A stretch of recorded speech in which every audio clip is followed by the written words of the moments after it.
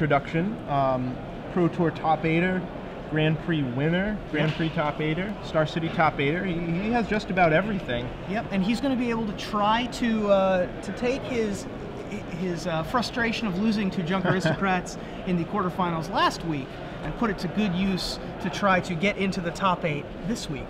That's right, and wow, Eric's sleeves, I love them. The tartan sleeves? That is some beautiful plaid. That's right. So here we go. It looks like Eric's good with his hand, and Matt leads off with Sacred Foundry. Yep, this is going to be a blue-white-red flash against Junk Aristocrats matchup. Eric is going to lead off with Young Wolf. This is a fairly complicated matchup from both sides. It is. There's a lot of dancing back and forth. Yep. Junk Aristocrats, we've been talking about all weekend, is probably the most complicated deck to play and play against, just from the sheer amount of choices you have on every turn. Cartel Aristocrat secretly has 5 abilities because you can choose any one of the 5 colors. Scavenging on to any creature with any creature in your graveyard. Very difficult to try to figure out exactly what to try to do. Garrick Relentless has like 6 abilities. Absolutely, yeah. 10 abilities, something like that. Wow, double Young Wolf. And they're looking pretty embarrassing against this Augur of Bolas. I was really surprised when I saw that Eric cut a Garrick Relentless for a Young Wolf. That really surprised me. Trying to go a lot more aggressive with his Junk Aristocrats deck. He only is running the 2 Garrick Relentless. One of the best cards against Matt Costa's deck, actually. Either for the Bitter Blossom perspective of just putting a thing into play every turn, or from being able to fight something like Augur of Bolas. Right, and then go search up his best creature, in this case Obsidat. In this matchup, Obsidat. Yep, and Eric resolves Verol's, the Scar Striped. Scars and Stripes forever, there he is on the left. Don't feed the trolls unless you're playing that deck. And in that case, you probably want to feed that troll as much as possible. Yep. Awesome sacrifice outlet. And it was really this guy that let the Aristocrat deck move away from the red and back to the green. Yeah, having the 2-mana sacrifice outlet in Cartel Aristocrat available to both decks, obviously huge, but having a 3-mana sacrifice outlet in the Junk version as opposed to the 4-mana Falkenrath Aristocrat in the red, white, black version led to this Act 3 version rather than the Act 2 with Falkenrath Aristocrat. Much better taking much better advantage of Skursdag High Priest, especially. Right. Cards like Skursdag High Priest. This also lets the deck play Voice of Resurgence and cards like Garrick Relentless, just really good green cards that it wouldn't otherwise be able to play. And this deck is a monster. Yeah, you look at Matt Costa's hand, he has a copy of War Leader's Helix in there, and that card is just not very good against Eric's board. No, he has to main phase it on a Verol's or it doesn't do anything, and that is ugly to spend 4 mana to kill a Young Wolf. Yep. Pretty gross. Yeah. Voice especially really good against Matt Costa. What he would want here is something like a Restoration Angel, just to hold the ground while he can build up to a big Sphinx's Revelation.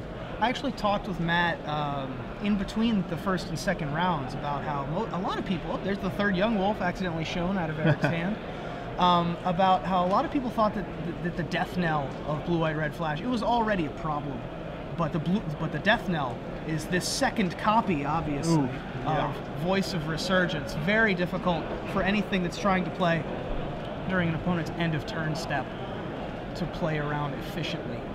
You know, it's pretty interesting. Eric doesn't seem like he's too worried about Supreme Verdict, and he shouldn't be, because he probably knows Matt Costa only has one. He only had one in his Miami deck. Yeah, the problem with being known for a deck is that your opponents know your exact list. Right. And this is the exact 75 that he top-8'd the Grand Prix with last weekend. He's very used to this list. He's very good with this list. But Eric, if he pays attention to the results, can pretty much just know what's in Matt's deck. Right. And you know, especially at 7-1, this deep into a tournament, you have to figure he's at least checked it out. He knows Matt Costa's in the tournament. If he didn't know before, he probably pulled it up on a smartphone, checked it out. Knew that it was a possible matchup. Right. So Snapcaster Mage is going to come down main phase. This is going to draw a card. Wow. I thought that was going to Pillar of Flame something. Yeah, me too. I don't know how Matt expects to deal with these 2 voices. Maybe just through blocking them down, through trying to draw into his 1 Supreme Verdict. He's just trying to draw more cards, get as many lands into play. He knows that he needs to get as many lands into play as possible to have a shot in this matchup. Right. So maybe that's the plan.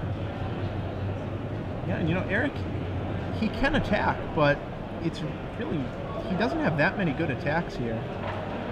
He would hate to trade away his Voice of Resurgence for just a Snapcaster Mage. So Young Wolf is going to become a 2/2 during Matt's end of turn step. Leveling up slightly there. Wow, another Voice. Jeez. The best Doom Traveler ever. Showing its worth, especially against Blue-White-Red Flash. And huge problem. Matt Costa will never play a spell on his opponent's turn. So Young Wolf gets sacrificed to Varolz, and this looks like a scavenge onto Varolz. There that is. Yep, 3/3 Varolz and a pair of 2/2 Voice of Resurgence enter the red zone. Yeah, and we'll make sure that Young Wolf gets exiled from his graveyard. I'm sure they're working on it. So we're going to block one Voice of Resurgence with Snapcaster Mage. Snapcaster Mage and Voice will both hit the graveyard, and Elemental Token is going to come into play. It's going to currently be a 4/4. The other one is going to bounce off of an Augur of Bolas, Lumen Grid Warden holding down the fort, and Matt's going to fall to 17 thanks to the Scar Striped. Yeah, and Matt is pretty happy with that trade. Trading the Snapcaster for the Voice is just fine. He only has 2 to deal with now. Well, it's not great. He's one step closer to being out of the woods. So we have all of this awfulness that we have to face down. A bunch of very difficult to kill creatures. Even if you cast Supreme Verdict, you're not out of the woods by any stretch. You've still got Varolz in play. You've still got 2 elemental tokens. What is your game plan if you're Matt Costa? I mean, Supreme Verdict isn't even an out here. No, not really. The Varolz would become huge. But if I'm Matt Costa, I guess I'm just trying to Sphinx's Revelation for 3, maybe find the Supreme Verdict. He doesn't have any options. I guess he could turn and burn the Varolz. I think that turn and burn is his best option right now. Azorius Charm also very good against Junk Aristocrats, although he cycled one of those earlier. Not really great when you have Voice of Resurgences in play, Yep. Obviously, but these counter spells aren't particularly good. I think that his main plan this game is to try to find Restoration Angels. Yeah. I think is the best he can do. I think so too, and he did just find one, so that's a start. If he can keep his Augur of Bolas alive this turn, he'll get a little value out of it, dig closer to Supreme Verdict.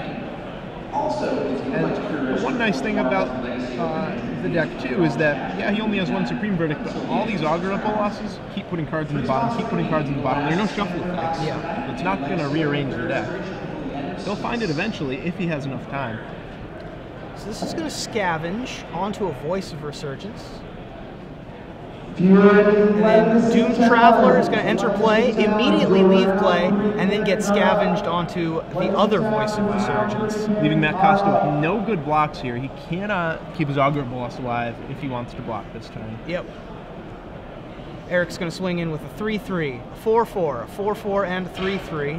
Yep, looking like 14 damage coming at Matt. Not particularly great. I believe Matt's at... Oh no, he gained 3 more life from the Sphinx's Revelation. That's right. So Matt is back up to 20 after gaining 3 from Sphinx's Revelation, after taking 3 from Varolz, but he's facing down 14 power worth of attackers here. Yeah, and it looks like he's just going to throw it in the way of the Elemental Token. Yeah, he doesn't have much other choice, so he's going to prevent 4 of that, taking 10, falling to 10, and he's in a world of hurt. That's a huge chunk. He has to find a Supreme Verdict this turn, I think. Yep, and even Supreme Verdict isn't going to really do it. Like, Supreme Verdict, in response, the Elemental is going to regenerate the Varolz. 2 more Elementals are going to come into play. Right. And then we're going to be able to scavenge both of those Varolz. Yeah, both of those Voices with the Varolz. It's really... Alright, so we have a Helix. So the Helix is going to target the Varolz. That's actually going to be able to deal the damage. It won't be able to kill the Varolz, but Matt will at least be able to gain 4 life, and it'll take something off of the board. Right, stay alive for 1 turn. He can... When he has Syncopate mana up, that doesn't matter too much. No, Matt has a lot of lands in his hand. He was never able to find a space to be able to cast that Restoration Angel. Eric's deciding which of his creatures he wants his Varolz to eat assuming he doesn't want to keep these voices in play. I think that he probably wants to eat one of the voices. Yeah, I think so. You could eat an elemental token if you're really worried about Supreme Verdict, but I think the voice is better because you get that scavenge, that key scavenge. Yeah, I think that the and that he does end up eating one of the Voice of Resurgences, gets another elemental token. It will be a 4/4, but Matt will be able to gain the 4 life at the very least. The elemental token down to 3/3, a little more manageable now. Well, he still has a trigger on the stack for one of the other elemental tokens, right? There we, yeah. I think that they were looking for another token. I see. And we didn't have another one, so we're going to be able to get another elemental token. There it is. I thought he had missed that trigger for a second there, but yeah, pretty hard to miss the voice. That's a trigger you shouldn't miss. That's why it's in your deck. So we have, looks like, another Verol's in hand and another land, in addition to, didn't see what the last card was, might be a tragic slip. Nope, it was another Young Wolf. So Young Wolf is going to be able to scavenge if he really wants it to, basically giving Verol's an additional counter. I don't think that he wants it to, though. He just wants to grow up those elemental tokens. And Matt Costa is going to fall to Eric Laframboise' aggressive stars. Yeah, really aggressive. He drew all 3 Young Wolves. He had 3 out of his 4 Voice of Resurgence. Just a great draw against Matt Costa. Matt was looking for Eric to be a little slower, maybe Skursdag High Priest, Blood Artist, Doom Travelers. Those would have all been fine, but the voices are just killer for Matt Costa. Yeah, absolutely. He was unable to put up any sort of defense. He couldn't. The Augur Bolas helped for a minute. The Pillar of Flame took out something, right, but it wasn't able to do enough. The Verol's got out of control way too fast, and Eric Laframboise is going to take game 1. So we're going to move to sideboarding. I think that we're all used to Matt Costa's sideboard here. There's some very good cards in his sideboard, fortunately for him. Chief among them, I think, is Renounce the Guilds. One of the best ways to be able to deal with a flipped Garrick. One of the best ways to deal with Cartel Aristocrat, Verol's elemental token. Yeah. Not ideal when your opponent has 3 Doomed or 3 Voice of Resurgence, but it's a very good card. Oh, by the way, gets rid of Obsidian too. Just about everything. Is it Staticaster is also really, really good in this matchup. Matt has 2 available to him. So if he draws one of those early, that'll take care of any Lingering Souls, Blood Artist, Doom Travelers, half of a Young Wolf, a ton of stuff. In addition, you know, he has more of the usual suspects. Thundermaw Hellkite, which gets brought in just about every match. Yeah. The Supreme Verdict, maybe. Pillar of Flame, he has 1 more of those to bring in. But really, he's just overloading on the removal spells, trying to go a little more aggressive with Thundermaw Hellkite. Yeah, Is It Staticaster and Thundermaw Hellkite are very good at keeping down Lingering Souls tokens, of which the Junk Aristocrats deck is a big proponent of the Lingering Souls. Pretty much the deck that uses Lingering Souls the best. Oh yeah. Now, it's almost blasphemous, but do you think Eric might trim on the Souls a little bit because of the existence of Staticaster, Thundermaw Hellkite? I think that's a pretty good assumption. He doesn't need those. He's got a much more, as we were mentioning, he's got a much more aggressive-looking list to be able to race people, and it only gets more aggressive after sideboard with a pair of Sin Collectors, extremely good against Matt Costa's deck. He could even race with something like Deathrite Shaman. I wouldn't be terribly surprised to see him bring in to be able to eat all of the instants and sorceries out of Matt Costa's deck and do the Grim Lavamancer impression. It's pretty good. You know, he can't bring in too many because of Matt's Supreme Verdicts, but if he thinks Matt will only have 1 or 2 after board, they could be pretty good. I also expect to see the extra Obsidian Ghost Council. Duress will certainly be coming in.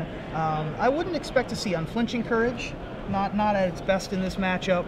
Very good at racing, but I don't think that this is a racing matchup. No, the life gain is just completely irrelevant against Matt Costa. He wants to overwhelm him with creatures, voices, Verol's, scavenge, all of that good stuff.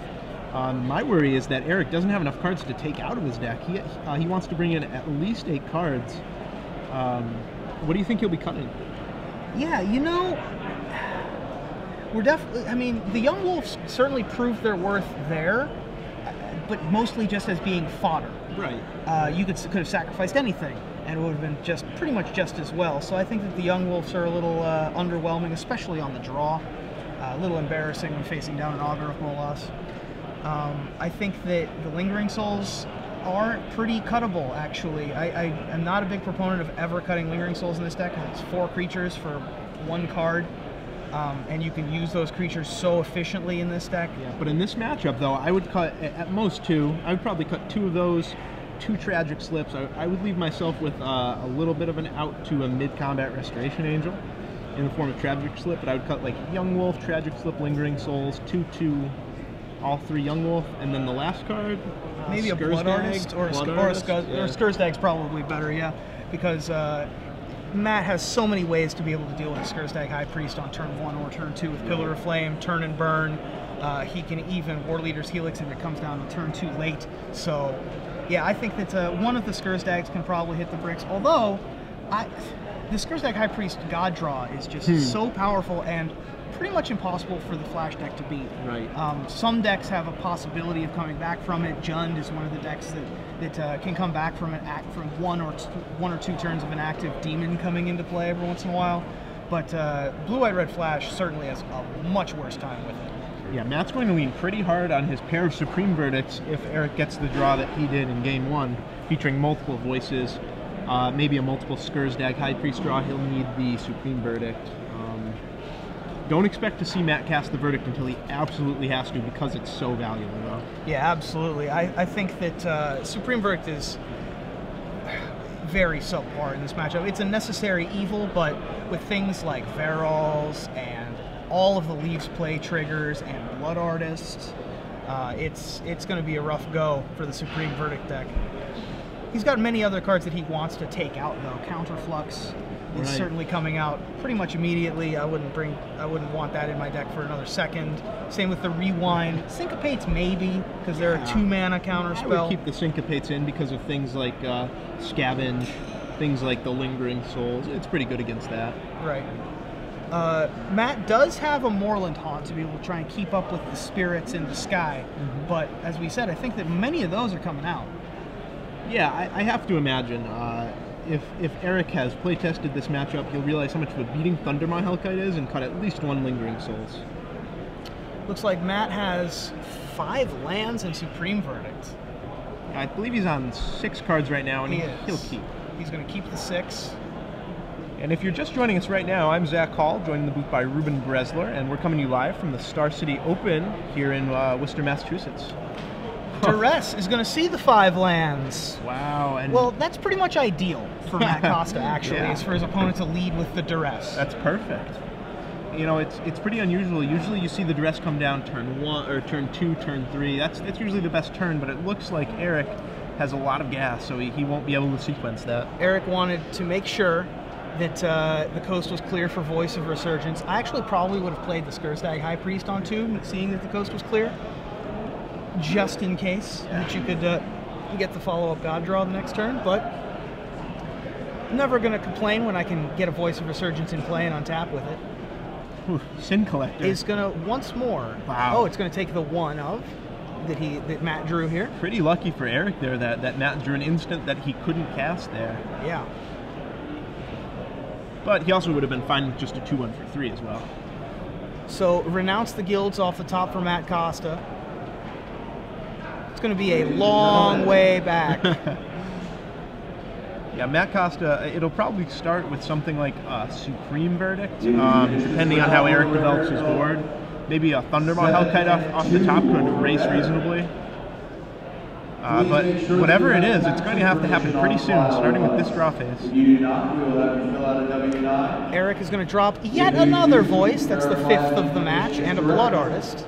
Blood Artist is going to prevent Matt from Supreme Verdicting effectively, which he couldn't really do anyway because of the 2 Voice of Resurgence. And I believe Matt just drew Sphinx's Revelation, so he could fire that off for 2 here if he wanted to. Yeah, a little mini Sphinx to be able to try and get himself back into this game. I think that facing down 6 power, he's probably going to wait another turn. Nope, never mind. Draw 2, gain 2. Get those 2 right now. A nice little divination impersonation right there. Moorland Haunt. Oh, I think that was is it Staticaster drawn by Matt? That's going to be Staticaster will be a very good one. Now, if Matt can draw another 2 or 3 mana spell to go with the Staticaster, he's that'll be a long way towards stabilization. Yeah, he does. He does have Renounce the Guilds. Okay, so he has 2 plays on the next turn anyway. Matt is still drawing a lot of lands, though. He is. So Staticaster's going to come on down. That's going to be able to stand in front of one of the 2/2s. Young Wolf drawn by Eric. He doesn't really care what he draws right now. He has just about everything he needs on the board here. Yeah, he needs a sack outlet. It's the last piece he needs to be able to start making that Demon Factory. Young Wolf, and now he's looking at which attacks he can make here. Yeah, I think that he's going to leave back at least one of his attackers, as you see there, just in case Matt decides to try to ping the Sin Collector at end of turn. So right. he can activate the Skurzdag High Priest. Yeah, this way Matt is not going to be able to do that. If Aaron... That's a very good card. That's a Pillar of Flame. Oh boy. So that's going to take down that Skurzdag High Priest, almost certainly. I don't see what other choice he has here. Can't take out the Blood Artist, can't take out the Young Wolf, nor the Voice as much as he'd like to. The Priest, though, with Matt at 8 life, he cannot give Eric even 1 demon.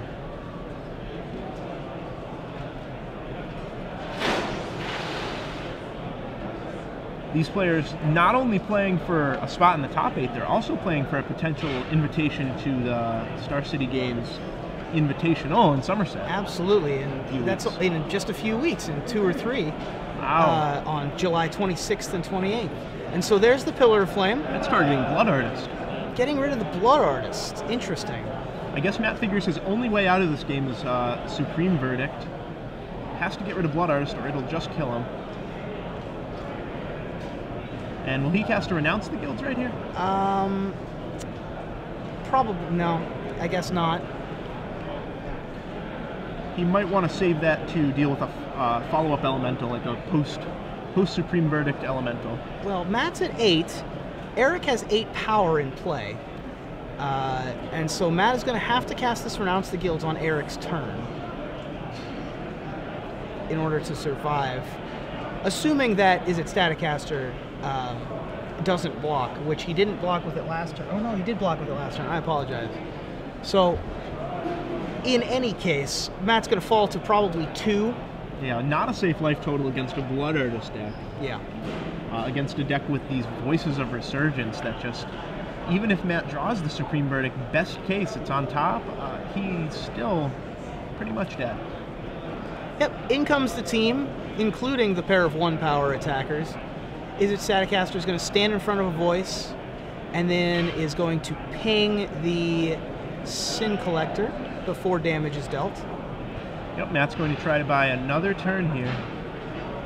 He'll take 4, fall to 4. I think that he senses that Supreme Verdict is only out. There's the Azorius Charm. Okay. That gives him a redraw at least. Yeah, I think he'll use this to cycle right now. He can't cast it on his opponent's turn. Unless, of course, he thinks that Supreme Verdict is his only out. Yeah, this seems like a better use of it. And it's just another land. Matt Costa floods out in this game. Eric, on the verge of locking up a spot in the top 8, he's going to have to fade 1 more draw from Matt Costa, though. Yep, Matt's probably going to fall to 3 here after blocking one of the Voices and pinging the Young Wolf. Oh, Eric's not going to swing in with the Skurzdag High Priest this time. Surprising. That doesn't really change the math any for Matt. I think he still pings the Young Wolf. Yeah, because the verdict Supreme Verdict is still deals with the demon. Doesn't change the clock any. Right, and if he can Supreme Verdict, that means that the Young Wolf won't come back as a 2/2 as well. Although, he doesn't do it, it looks like. Matt is just going to fall to 1. Oh, it doesn't matter And anyway. it's just so many lands. Unfortunate for Matt Costa. He extends the hand. He'll have to settle for 7-2 after 9 rounds. Eric Laframboise is most likely going to be in the top 8. Has almost definitely locked up a spot. Yeah, he's going to be